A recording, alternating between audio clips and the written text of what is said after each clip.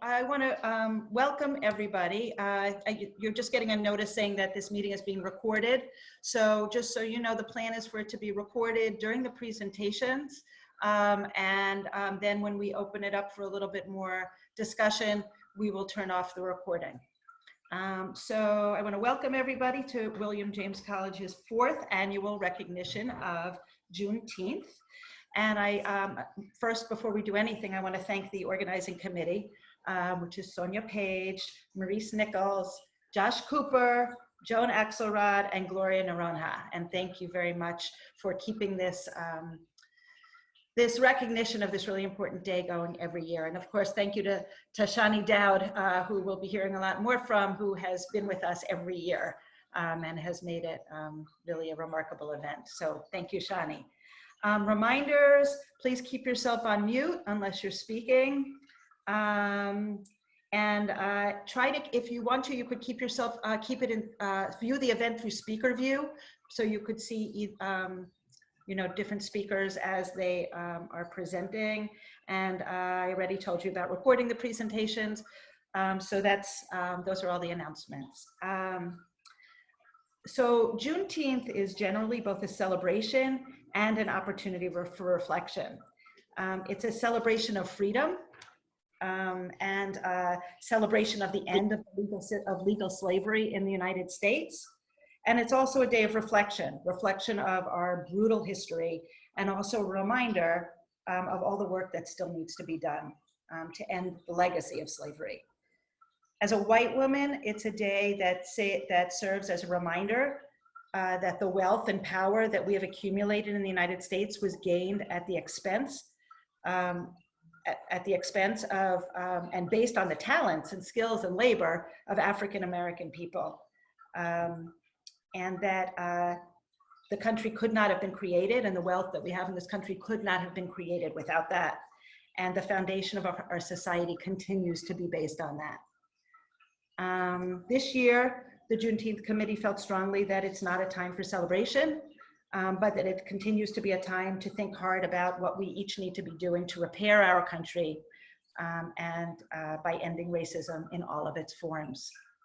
As Adrian Walker said in his article in today's paper, may today serve as a reminder of everyone's obligation to be part of the struggle, to not only be not racist, but actively anti-racist. To actively participate in creating a more just society. So we're hoping this helps us, all of us, on the road to being co-conspirators in ending racism. And now I'm going to pass you over to Sonia. Yes? Hi, John, how are you? Gonna pass this over to Sonia Page, who's going to share a reading. Thanks, Sonia. Good afternoon, everyone, and welcome to Whoops. Sonia, wait. Sonia, you're muted. Sonia, wait. Yep. There you go. Sorry. All right. Good afternoon, everyone. Welcome to our Juneteenth gathering here. This is a little strange because we're used to being on site and celebrating with traditional African-American soul food. But I hope that those that can will be able to partake in some sort of soul food today. So I have been charged with reading the statement by former President Obama on the observance of the Juneteenth, despite what our current leader is saying. He did not make Juneteenth relevant. So we need to make that extremely clear that he did not make this relevant. And it was in place long before Obama made this statement also. Mm-hmm. So just outside the Oval Office, not sure if it's still there, but just outside the Oval Office hangs a painting depicting the night of December 31st, 1862. In it, African-American men, women, and children crowd around a single pocket watch. waiting for the clock to strike midnight and the Emancipation Proclamation to take effect. As the slaves huddle anxiously in the dimly lit room, we can sense how even 2 more minutes seems like an eternity to wait for one's freedom. But the slaves of Galveston, Texas had to wait more than 2 years after Lincoln's decree and 2 months after Appomattox to receive word that they were free at last. Today, June 19th, we commemorate the anniversary of that delayed but welcome news. Decades of collective action would follow as equality and justice for African Americans advanced slowly, frustratingly, gradually, and on our nation's journey towards a more perfect union. On this Juneteenth, we remember that struggle as we reflect on how far we've come as a country, but our latest things that have been going on in the world today show us differently. We're going to keep pressing on. The slaves of Galveston knew their freedom was only a first step, just as the bloodied foot soldiers who crossed the Edmund Pettus Bridge 100 years later knew they had to keep marching. Juneteenth is a time to recommit ourselves to the work that remains undone. I'm going to read that again. Juneteenth is a time to recommit ourselves to the work that remains to be undone. We remember that even in the darkest hours, there is a cause to hope for tomorrow's light. Today, no matter our race, religion, gender, or sexual orientation, we must recommit ourselves to working to free modern-day slaves around the world and to honoring in our own time the efforts of those who fought so hard to steer our country truer to our highest ideals. Former President Obama. Thank you. Thank you, Sonia. Maurice was running behind, so I'm gonna have to introduce Shani on the fly. I have it right here. Do you want, could I send you the bio, or do you want to do your? Okay, you can, yep, you can send it. I have to apologize for Maurice. They had a family friend who had a funeral this morning, so she is returning from that, but she was running late. Okay. All right. Just hold on one second. I'll introduce my dear friend, Shani. Yeah. Just 1 second.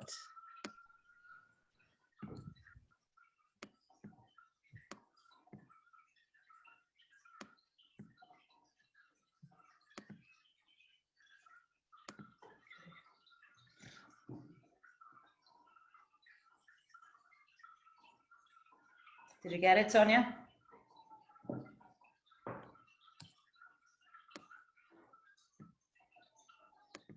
Sonia, did you get it?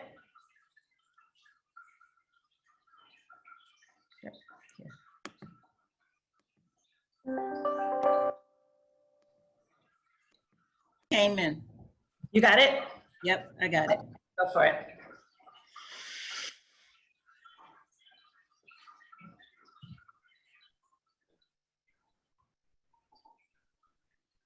Okay, ladies and gentlemen, for those of you that are not familiar with our dear Shani Dowd, Shani Dowd is a board member for William James College. She is also a recipient of an honorary doctorate of Humane Letters from William James College, and as a member of the Board of Trustees from William James College since 2002. Dr. Dowd is a licensed social worker who is African American and Cherokee and identifies as lesbian. She has spent her professional life working to bring quality mental health care to communities of color. Dr. Dowd is an assistant clinical professor of psychiatry at Boston University School of Medicine, where she has taught for more than 30 years, but she's only 29, you know. He is the director of the Health Equity Roundtable and Culture Insight which are both nationally recognized programs of the Harvard Pilgrim Healthcare Foundation. Dr. Dowd is a frequent presenter at national and regional conferences with expertise in culturally informed healthcare systems, health disparities, and particular needs of communities of color and LGBTQ communities. In addition to numerous awards, she is the 2017 recipient of the Massachusetts Public Health Association's Lemuel Shattuck Award for contributions to the field of public health. In addition to all of her work providing clinical services, teaching, and creating policy, Dr. Dowd is the founder of Voices from the Ethnic Isles, a group to support the career growth of psychologists who are women of color, and is co-founder of the Fuller 9 Group, a group for racially and ethnically diverse psychologists interested in writing. In her spare time, she plays guitar and has performed professionally with a number of local bands, including Move, Sisters of the Yam, and Steppin' Out. Oh, that's it. And here we go. Shani Dowd, it's on you. Thank you.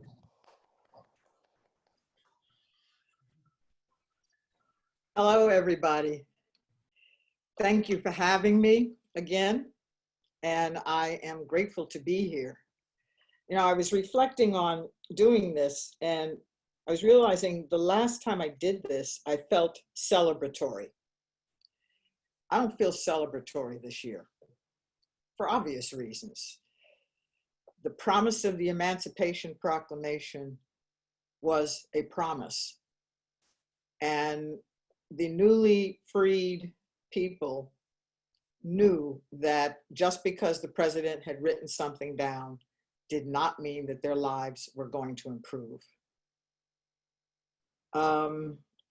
Would somebody nod or move?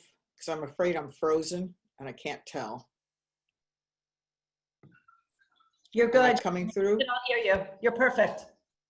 Okay, thanks. I, All right. I know it's like talking into a black hole. And we're riveted.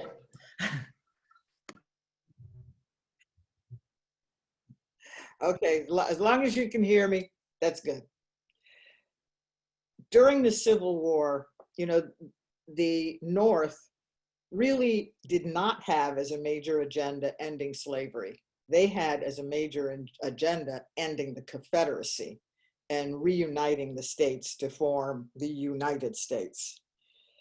Lincoln, in his writings, goes back and forth around the cause of slavery. There are some writings where he comes out lining up with the abolitionists of his day, saying, yes, slavery should end, it's immoral. And then there are other writings where he says, well, maybe it's not so bad, it's good for the economy.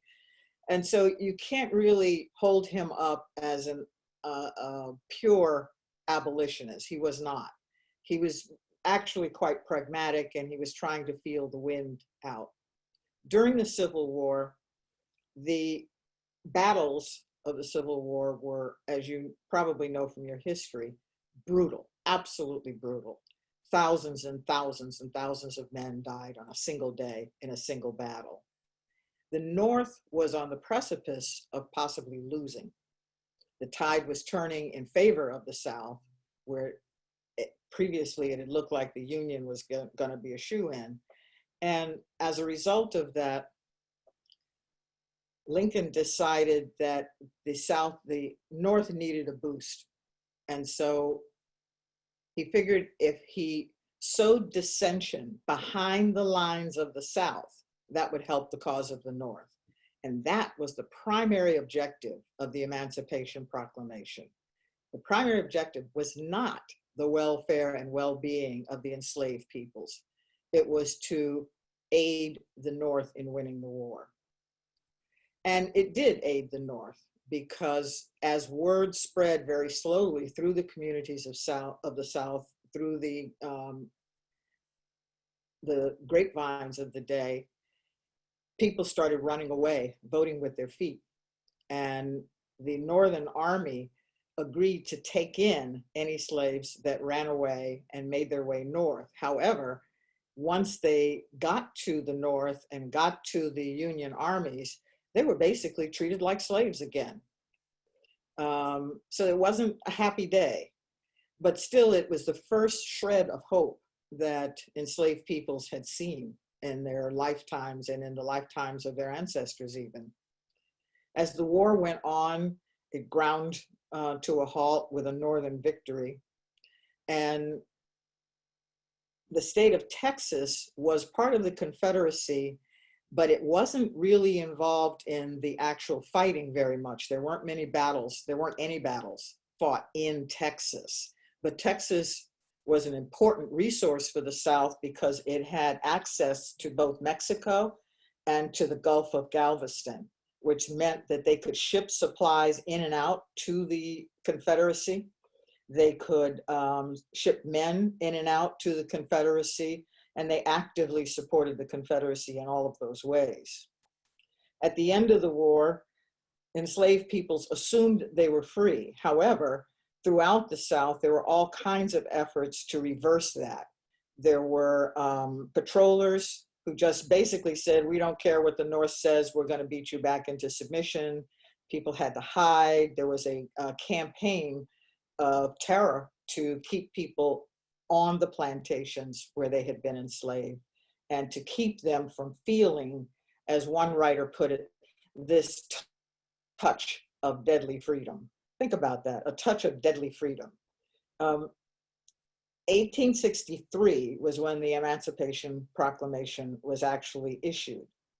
In 1865, at the end of the Civil War, Texas did not tell anybody in Texas that the Emancipation Proclamation had ever happened. They held their silence for 2 years and more and decided that they weren't going to tell their slaves. They wanted to get more harvests out of the enslaved people's labor. And so the people of Texas, and keep in mind in that era, very, very few Black people knew how to read or write. There was legal limits and laws prohibiting teaching slaves to read or write, and the penalties for being caught being able to read or write were lethal. So people didn't know, the news didn't travel except where you could get a word out. In 1865, on June 19th, a fleet of battleships, 3 battleships, sailed into Galveston Harbor and basically shot their cannons off. They weren't expecting military resistance, but they were making a show of force. They were basically saying to Texas, look, we know you're hanging out here pretending the war isn't over. We're here to tell you the war is indeed over. And from the shores of Galveston Bay, they broadcast the word and read the Emancipation Proclamation out loud. Enslaved people heard it, passed the word very rapidly back to their people, their family members, associates, that we were free at last. The fact that white people of that era thought it was perfectly okay and legitimate to withhold this news and to treat these people continue to treat these people as property is one of the underlying struggles that we still have to fight. These attitudes are so entrenched in our culture, in our legal system, in our economic system. As Elena said earlier, this country would not have become the economic powerhouse that it did become as quickly as it became that global powerhouse without the free labor of the enslaved peoples. And I want to add into that 2 groups that are rarely talked about when it comes to the issue of slavery. One are Native Americans. Native Americans were just wiped out in genocidal war, and they were also enslaved, particularly in the West. And that's something that most people don't know. In addition to that, some tribes actually held slaves. I'm of Cherokee descent, and the Cherokee were one of the largest of the slaveholding tribes. So we honestly think that my grandfather, who was half Cherokee, was descended from a slave parent. We don't know that because we can't document it in writing, but that is our strong suspicion. So there's a very complex history around this notion of slavery and who gets to own other people and coerce other people. And we continue with that notion right now. After the Emancipation Proclamation was read out in Galveston Harbor, people began to collect and celebrate. And that was the original unorganized Juneteenth. In the years following that, Juneteenth did not become a big holiday immediately because the formerly enslaved people were busy trying to survive. When General, what was his name? I'm having a senior moment. When the general read out the Emancipation Proclamation, his reading of the proclamation also included directions to the newly freed enslaved people that they should stay on their plantations, stay where they were, and continue to do whatever work they were doing pre-proclamation and, quote unquote, accept wages for that work. Now, isn't that an interesting way to put it?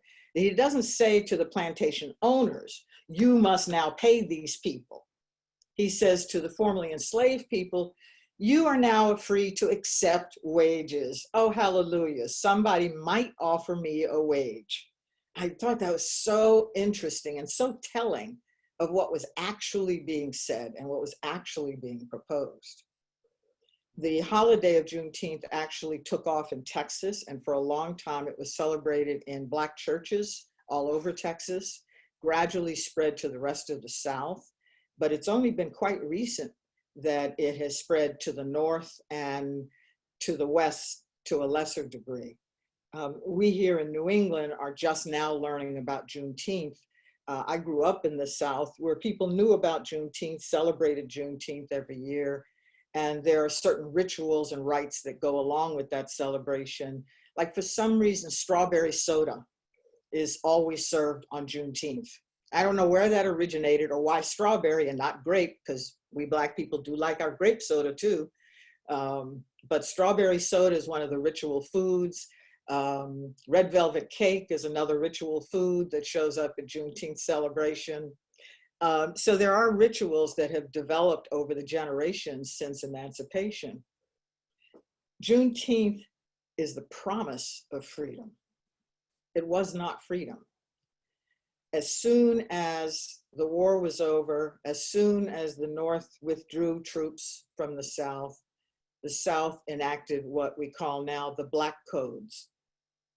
The Black Codes were a series of laws that were passed over about a 20-year period that basically recreated slavery by legislative action. So for example, in North Carolina, if you were Black, you were not allowed to go to the next town without permission of a white person. If you were Native American, you were not allowed to own property.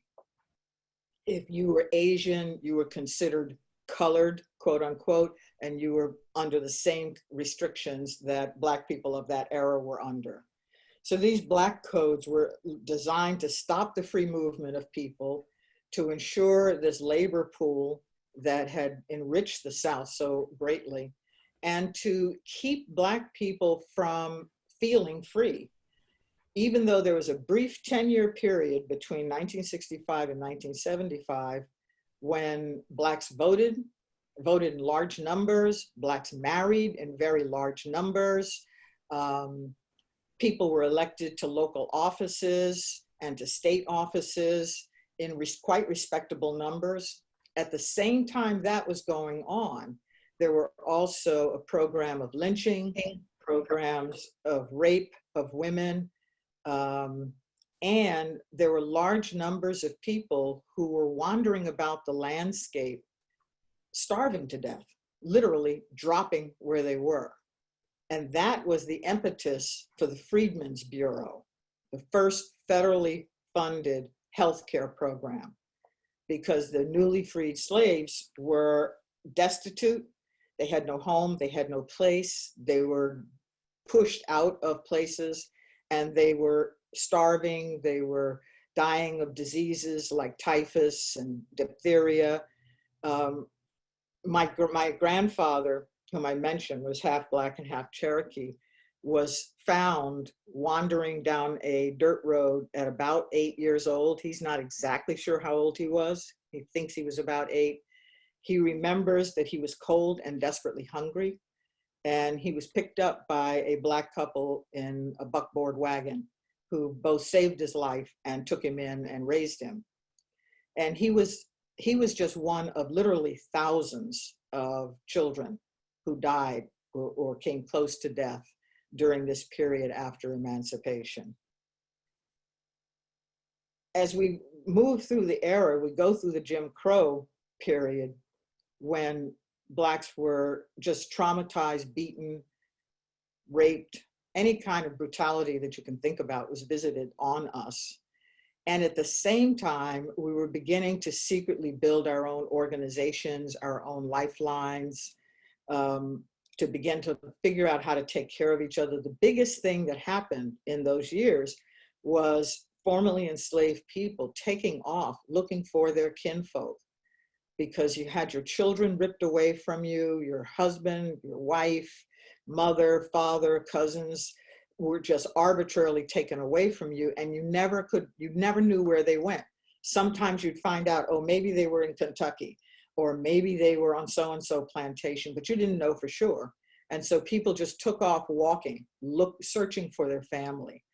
So it was quite interesting in the 60s when all the literature, including the literature of psychology, suggested that Black people had weak family bonds. I still remember reading that in graduate school, that we did not know how to form proper families. When here people are risking their lives, are risking everything on a search for family, marrying in record numbers, just droves of people going to the church to solidify their unions with one another. But through all of this, there is the narrative that Black people are inferior, that we are inferior in our intellect, we are inferior in our morals, we are inferior in our drive to succeed, we are inferior, just name it, we are inferior. And that's the rhetoric. And that rhetoric has been encapsulated in our so-called science. So you don't have to go back very far. As a matter of fact, you can read literature that's published right now that still has threads of that. One thing I'm always fascinated by is all the attention psychology pays to the self-esteem of Black children. And that's interesting, since study after study shows that Black children actually have pretty good self-esteem. What we don't have is social esteem. Social esteem is where you know how you are seen by those outside of you. I can feel great about myself, but I also know that many white people will not feel great about me. So I find it very curious that psychology is continuing to wiggle about with our children's self-esteem. And I remember telling a teacher when my son was in middle school, look, you don't worry about his self-esteem. That's my job. You worry about his academics. And she drew herself up and says, well, I have a master's in education and I have learned. And I sat there looking at this woman. But these are the themes that our culture is built on and is still ensnared in. The chain gang was one of the weapons of re-enslavement that was used all over the South, where there are legal codes that if a Black person was thought to be indigent, they could be arrested and they could be put on a chain gang. So all you had to do was be standing around. You didn't have to be indigent or homeless, but if you were just standing someplace and the wrong white person spotted you, that was it, you were off. Now think about what we're going through now with the school to prison pipeline, where we actually have for-profit prisons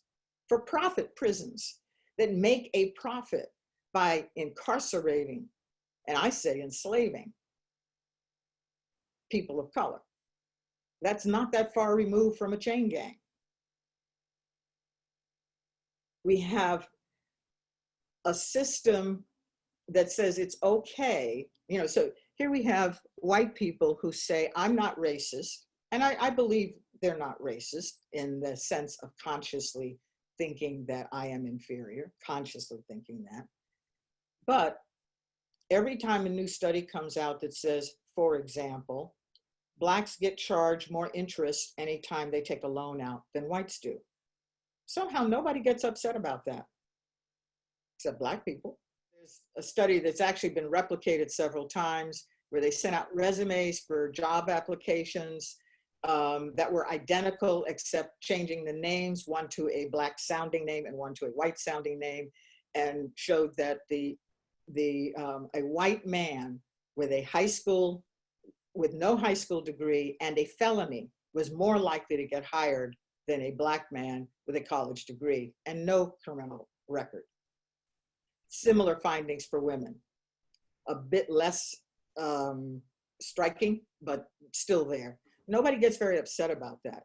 So we have all this structural racism that was grounded in what happened in the first 100 years of this country's life that is still present, still operating, still creating an unequal playing field, still relegating us to the promise of a dream. I have to say, listening to that video and that young woman singing, the other young woman dancing, it broke my heart to think, I have been involved in this civil rights work since I was a teenager, and I'm almost 75 years old. And that these children are still facing these kinds of barriers. That's heartbreaking. That hurts. That hurts. This has to stop. And I will tell you from the bottom of my heart, if it does not stop, we will not have a union, because the country is no longer white. It's no longer going to be all white, ever. And if we continue to allow the structural racism to roll, if we continue to allow these implicit biases to impair the ability of people of color to succeed equally with our white peers, we will not have a country. I don't know how we'll break apart, but I can guarantee we'll founder on the rocks, because we are literally throwing away the talents, the aptitudes, the strength, the skills of up to half of our population. No country can afford to do that. Neither can we. So to me, Juneteenth is not Freedom Day. It's the promise that maybe we'll be free. I am not free today. I continue at this age and stage of my life to have people yell the N-word as they pass by in a pickup truck. I continue to have people throw a homophobic slur and feel like that's perfectly okay. I continue to have people my own age look me dead in the eye when I share a story and say, oh, that couldn't have happened. Or, oh, well, what did you do to cause that to happen? And I understand that my experience is so different that it's hard for people to appreciate the truth of what I and every other Black person goes through. Every person of color. It's not, we Blacks take the brunt of it. And part of that is because we are the historic underdogs of this culture. And the US loves an underdog unless they're Black. We don't like Black underdogs. Black underdogs who succeed get perceived as getting something they weren't entitled to. We have to do better. We have to do better. One of the things I have said on my Facebook page that I will share with you is, white people, it's your turn. It's your turn. We have marched, we have bled, we have shouted. We will continue to do those things. But white people built this system, and white people benefit from this system. Whether you were racist or not, you benefit. And until that changes, we will continue to die. So Juneteenth means the promise of freedom. And I'm an optimist, I do hope. But it's hard when I listen to that young woman singing her pain. That's hard. So for this year, for Juneteenth, I will say that the thing that has lifted my heart is seeing how many white people are out in the streets. That's never happened before. That's a sea change. but you got to do more than march. Marching is the first step, but you have to do more than march. You have to start unplugging this systemic system that keeps us under. Thank you.